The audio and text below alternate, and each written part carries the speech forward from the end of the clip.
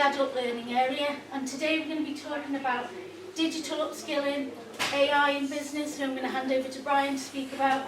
But before we start, just a little bit of housekeeping. If there's any fire alarms, there's fire exit there, and just out the way you came. So, so obviously my name's co-virtual, Brian Gallagher, so we'll let Brian tell you more about himself later. So for the last 18 months we've been working on our upskilling courses at UCM and what we can offer by way of CPD developments for industry, for people that wanted to upskill themselves, or people or organisations who want bespoke training opportunities.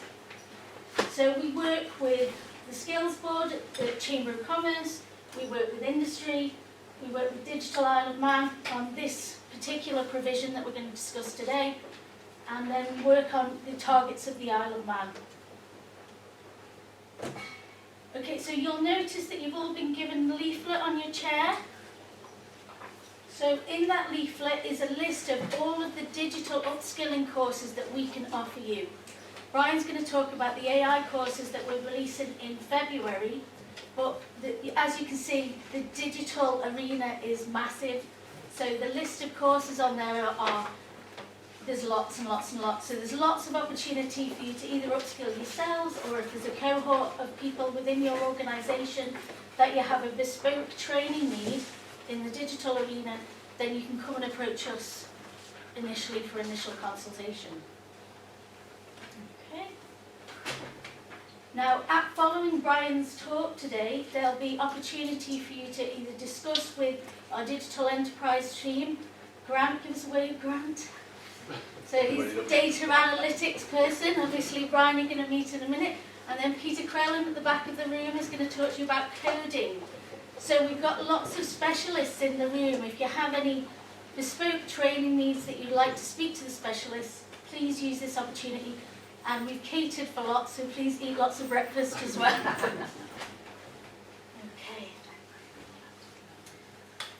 Okay. During this year, we are going to be having 4 of these Learn for Life events. So obviously this is the first one based around digital upskilling in AI, but we'll also be having one in April based on sustainability, one on workplace essentials in June, so that's your core skills, your communication, your resilience training.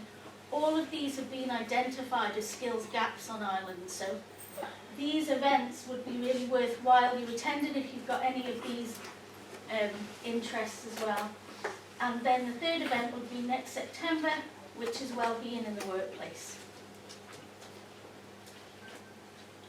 Okay, thank you very much for listening. Whistle-stop tour of why we came about and why we're here. I'll hand over to Brian. Thank you, Carrie. This intro is on business in the age of AI. My name is Brian Gallagher. I moved to Isle of Man in August, so we're still here, or still pretty new here. My wife often gives these presentations with me. She's also my business partner. She's on home with a sick kid, so it's me flying solo today. Got over 40 years of experience in IT, working with everything from startups to governments and universities, and pretty much everything in between. And we've recently pivoted, as of about a year ago, primarily functioning in AI, just because of the things that it can do and the impacts it's going to have on business and the ways it can enhance what we're doing professionally and personally. So, you may not have noticed it, but just over a year ago, November 30th, 2022, the world changed. That was the day that OpenAI released ChatGPT to the world, making the most powerful AI or artificial intelligence system that anyone had ever used available to pretty much everybody on the planet at under $1 a day.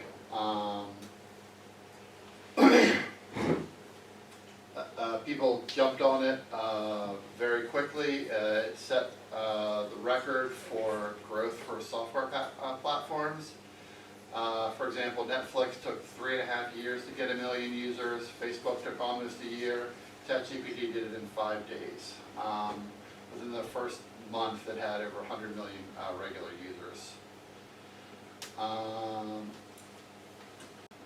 The most impressive thing about it is that it's good at a whole bunch of different things. So this is some standardized testing. I think it's more used in America than over here. When it first came out, ChatGPT 3.5, the green icons here, they gave it a standard set of tests. They gave it, the verbal GRE test, SATs, which is a college entrance exam. Gave it the bar exam for attorneys, solicitors, math, SAT scores. LSAT is a law school admission test. So the center one, the bar exam, for example, when ChatGPT first came out, it passed the test in the bottom 10th percentage of all scores that were given for it. About 6 months later, they released ChatGPT 4.0. That's what these blue circles are. And you can see how it went from the bottom 10% to the top 10% just in that one update. And it's being updated constantly and getting better every day. So it's got skills across a broad range of subjects, which leads into the question that you're all here for: will this affect my business? Short answer, yes. So it's used for a bunch of different types of use cases. One that we use every day as an example of how it's changing our business is if we have like a legal contract that we want to review. We can just upload that into ChatGPT and go, hey, take a look at this, point out anything we might want to be concerned about, make some suggestions on how to improve it. And just like you're talking in a chat session with somebody else, it'll give you responses back, combining its knowledge in law, business, marketing, across the whole range of specialties. It can take that information, apply it to the document that you gave it, and it'll give you useful results back. You don't want to rely on it as your sole source of counsel. Use it as a starting point to build your documents out, and then take that to professionals in the area to sign off on it. There's a couple more use cases. So this person does not exist. It's a photo off of thispersondoesnotexist.com, which is an AI service that makes like full screen photos that you can just pull if you need somebody to use in a presentation. Reload the page, it'll create a new person each time, and it's almost impossible to tell that it's not an actual photograph. So in this case, we're using fictional Sophia here, who is in a role of a marketing manager, and an example of how she could use ChatGPT for brainstorming new ideas. So in this case, she gives it a prompt. I run a retail shop in Douglas on Isle of Man. What are some ways to increase foot traffic over the winter? So we'll go out, again, search through its giant database brain of things it knows about, and come up with some suggestions. Seasonal promotions, collaborations with local events, and so on. So you can pretty much do this with a Google search now. This part's not really the impressive part. The impressive part is that you can now drill down into it. So you can continue it like a conversation, whereas if you're using a Google search, you're just going to be clicking through on a whole bunch of different pages, hoping that one of them or more of them has the information you want, and then you've got to pull all those pieces together into something useful for you. So ChatGPT can do that for you. So in this case, I like the collaboration idea. So you just tell it, all right, search for local events in Douglas in February and suggest some possible collaborations. So it'll actually go out to the web, do a web search for events that are happening in Douglas in February, combine it with the stuff that we were just talking about as to what you're looking to do, And it'll put those together and make suggestions as to, events to reach out to, different types of collaborations you could offer. And then you can just continue this process. It's like, oh, I like this idea, tell me more about this. How do you suggest I approach the person? Write a sample email proposing it. And it can take you through the entire process. Like having a marketing consultant at your side. Speaking of the marketing consulting, there's a lot of people using this for generating ads. I think of ChatGPT kind of as the cure for the blank page. So if you're trying to do, let's say a social media campaign and you want to make a bunch of blog posts or tweets or Instagram posts, and you're just starting from nothing, it's hard to, start just staring at the blinking cursor in Word. Whereas here you can just tell it what you want to do. So in this case, hey, I run an auto dealership on Isle of Man, want to make some social media posts for a spring promotion, targeting recent college and university grads. Suggest some ad targeting and create some images to go with each ad. And it will, take that request, come up with its own ideas, give you all the different components. So here's the headline, here's the ad copy, here's what you want in the image, and it'll even make some sample images. So in the space of like 2 minutes, you can rough out a campaign that you can use as your starting point to go through it and refine everything. You're going to want to refine things. Don't take what it does just out of the box. It'll have some challenges. It's very creative. It can sometimes make some interesting artistic choices. You might want to go into your typical Photoshop or Canva workflows that you might do for editing images and just touch them up. Oddly, it's terrible at putting text in images. You'd think it'd be really good because as eloquent as it can be with the chat. But expect to just have to go in and just clean that part up. You just block it out, put your new text in with Photoshop or whatever you like using. Watch hands in particular. You'll end up with lots of 3-fingered, 6-fingered, weirdly shaped hands. The hand is floating somewhere. It's gotten way better in the last few months, but that's still an evolving part of the technology that's been challenging. And it can just add stylistic elements that don't really mean anything. So like the little characters on the last image up at the top, it kind of makes it look nice and futuristic, but you'll probably want to go in and change that out and make it something like actually relevant to the ad that you're doing. Some other stuff to watch out for. It is only as good as the data that it was trained on.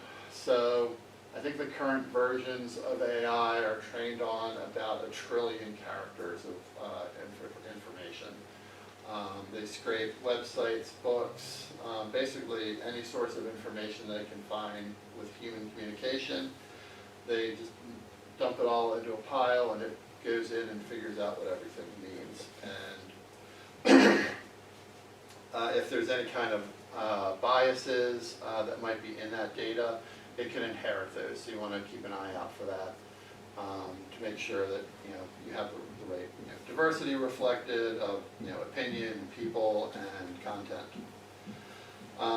The other challenging thing you may run into is it will very convincingly make things up. At its heart, it's basically a predictor of the next word in what it's going to say. So if it doesn't know what the next word should be, it can just make up something that it thinks sounds good in that position.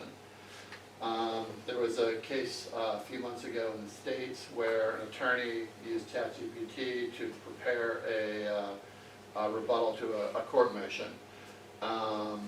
And it wrote up its analysis. It conveniently provided 4 or 5 citations to relevant text that it completely made up. It had a website address that looked convincing. It was from the right domain, had the right description in the path, but if you went to the page, it just gave you a 404 page not found error. But if you hadn't gone and checked it, which the attorney unfortunately didn't, but the judge did.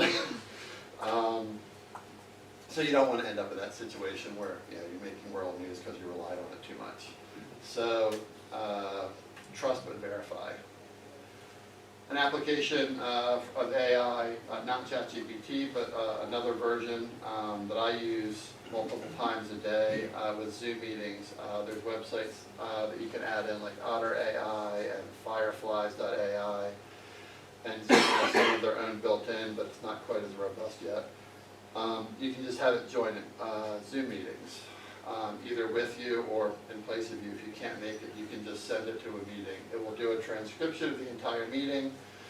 It'll give you action items at the end of it. It'll give you meeting summaries. And even more interestingly is you can have a conversation with the transcript. So you can go, Otter, what were Bob's top 3 issues he has this week? And it will just spit out a little bullet list of all the things that Bob mentioned on the call. You can do that within a call. You can even do it across multiple transcripts. So if you have a whole history of weekly meetings, you go, oh, what was the thing from last week that I was supposed to have done by Wednesday? It can go and find it. You don't have to read through 100 pages of transcript or listen to an hour of audio trying to find the thing you're looking for.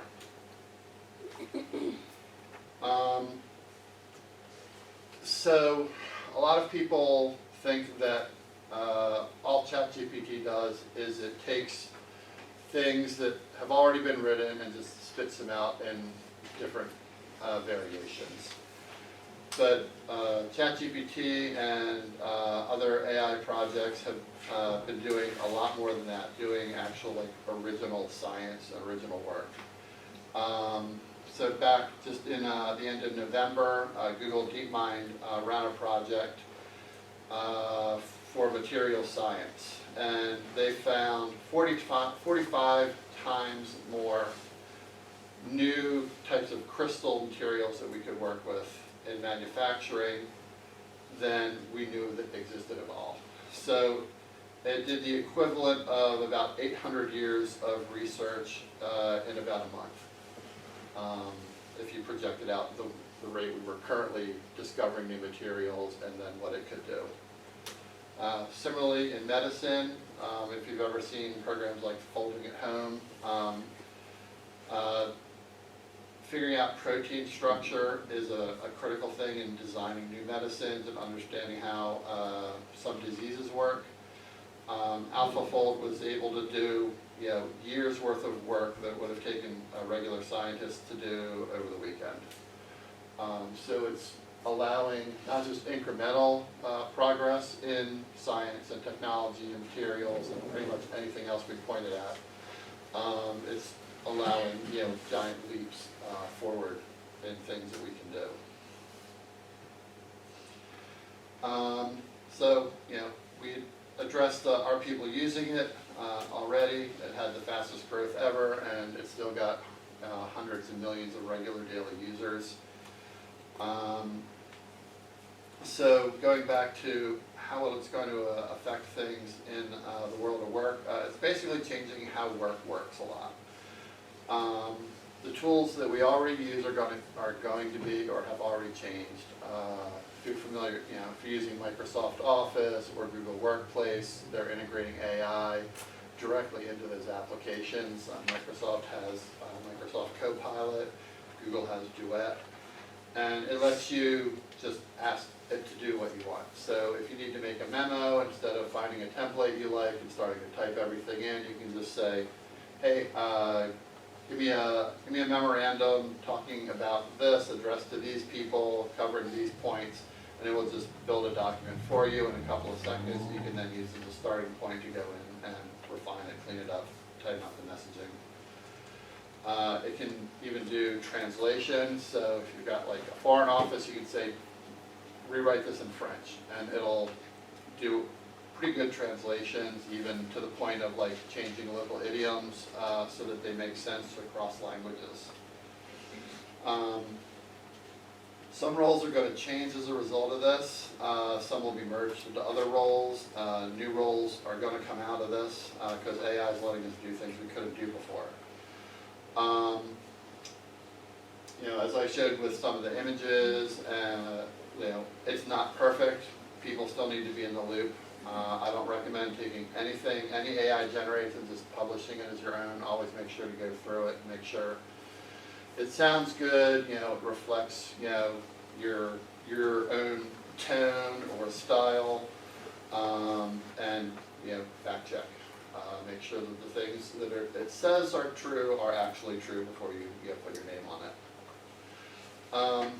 So upskilling staff to get used to AI tools is, basically why we're here today. So there was a study that came out about 4 months ago, and they took a prominent consulting company. They took a group of consultants and trained them on AI tools. They had another group of consultants that they just had operate normally, and they tracked their progress and how the AI tools could improve or not the process. And what they found out was that across almost every task they gave it, they came up with a set of 18 different commonly done tasks in their job roles. They found that the people that were using AI got 12% more things completed, 25% faster, with 40% higher quality. And that's with fairly minimal training, just teach them how to use the tools. Another interesting thing was that the people who tended to be the lower performers in the organization got a lot more benefit out of it. So they found people around the bottom end of the performance scale gained about 40% increase in the output that they were generating. People who were at the top end got a smaller increase, about 17%. So they were still doing better stuff, but it really leveled the bar in bringing the less skilled people, upskilling them quickly. And by doing things like automating kind of tedious work, it's letting people do work that brings more value to the organization. So in a situation like we're at here, where we're having trouble finding people to fill those roles, it's letting us take the people that we already have and letting them get more done faster and easier with better quality. So we're just improving things overall.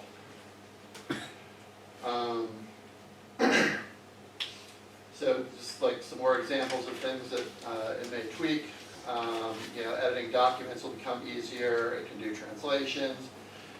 You can check for compliance. If you have a set of rules that might have to apply to a certain type of document you're creating, you can just say, upload that document and go, hey, did I do all the things I'm supposed to? If not, it'll tell you, what you need to fix, and even make recommendations on how to improve your documents. Things like call centers. Some companies have found like up to 60 to 80% of like tech support calls are pretty basic questions that you can have an AI voice on the phone, which are getting really good, and it's hard to differentiate between the AI voices and actual people you're talking to. They've been able to just have the AI answer a bunch of the easy calls just out of its database, and then that's freeing up the people that are working on the lines for handling more complicated issues. So again, we're getting rid of kind of like the low-hanging fruit and upskilling the work that people are doing to have greater benefit. Some more examples, adding website chatbots is another similar way that people are increasing their customer responsiveness. It can work through websites, WhatsApp, Facebook Messenger, text messaging. Any communications means that you're using, it'll work with. So this is, I mentioned earlier about Microsoft and Google adding AI tools to their portfolio. I'm not going to go through all of these. We'll have the slides available for anybody who wants it if they want to refer back to this later. There's new tools and new ways of doing work. So OpenAI with their ChatGPT and DALL-E is their image creation system. Creating content is much easier. Canva is a simple editing alternative to Photoshop. They've built in, they call them magic tools, where you basically just say what you want. I want to make a logo that has, birds and it's called this, and it'll just come up with a design for you. Jasper is good for writing and content creation, written content creation. Another example, we don't recommend using it because we're web people and we can put more detail into it than this does, but Hostinger is an example of, if you just want a website, you can just tell it what your company is and it will just throw up a design and you can, hook it to your account and just use it immediately. These are some more tools for working with images. Adobe has added it to Photoshop and Illustrator and across their whole suite, making things much easier to work with. Programs like Descript and Runway are really handy tools for working with video and audio. So, that's not a fire alarm. That's not fire alarm. Do you know what that is? Do you know what it is? The shooter alarm in the bar, I think. Who's tried to break into the bar? Leave some for me. Sorry about this, it should go off. Okay, that's fine. Just want to make sure, we didn't need to run for our lives or anything. It could be an AI book. It could be. Yeah. So Twitter is fighting back. So speaking of audio, if I was recording this podcast and I hated this effect, I could upload my audio file or my audio and video file to Descript. It would give me a transcript of it. I could highlight this whole section, just highlight the words and just hit delete. And then put a sentence or two in, kind of like merging the parts that we cut out. And it'll re-record that in my own voice and blend it all together like it never happened. Typically this would have taken, audio professionals and a bunch of time to do. You can do it with a couple of clicks. Runway does amazing things with video. If you're doing your shot of the beach and some person walks across your field of view and you don't want him in there, you can just highlight him in the video, say remove this person, and it'll take it out of every frame of the video, and you won't even know it was there. This space is changing constantly. There's like new companies every day. There's new products every week.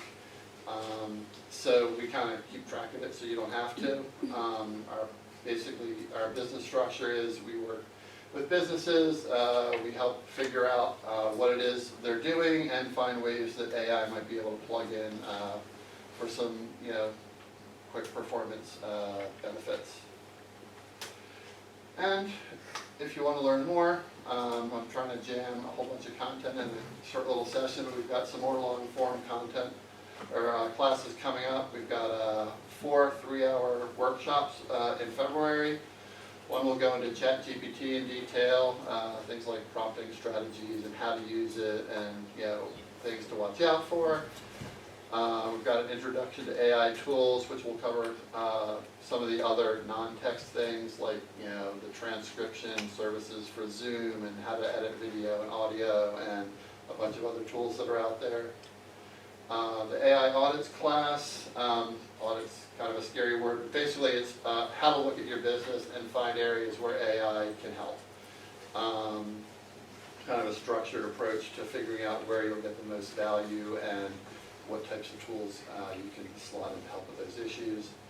And then finally we'll be wrapping it up with some AI ethics and governance, basically talking about how to use it responsibly, some of the ethical concerns that come with it and how to manage them, and governance within your organization. Some places say you can't use any of it, some say go ahead and use it all the time, and everything in between. So some information on how to build policies. That QR code will take us to a page talking about these classes if you want to enroll. And that is it for me.